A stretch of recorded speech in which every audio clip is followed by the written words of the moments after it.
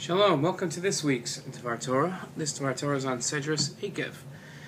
In my Israel advocacy classes, the first lessons I teach are why the land of Israel belongs to the Jewish people.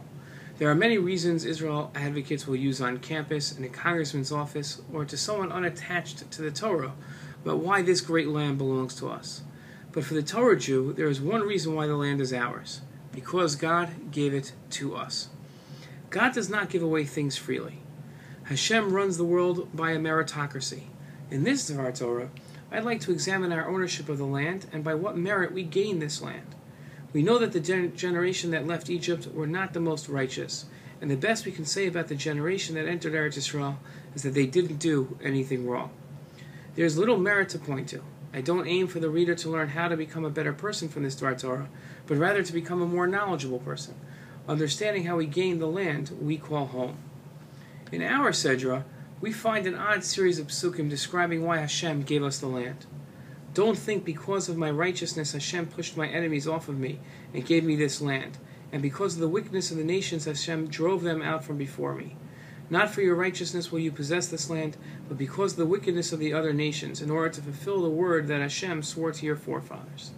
These psukim list three possible reasons why Hashem gave us the land.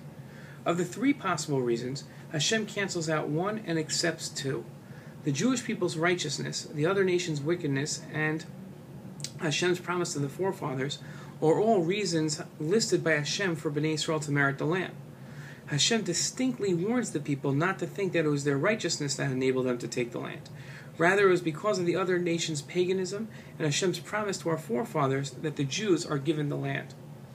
Why does Hashem need two reasons to grant us the land? Wouldn't His promise to the forefathers suffice to merit us a homeland?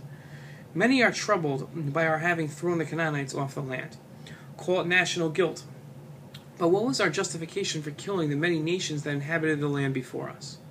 The answer is addressed by Hashem in our Sedra, and is why Hashem lists two reasons that we were given the land: because of the wickedness of the nations, Hashem drove them out.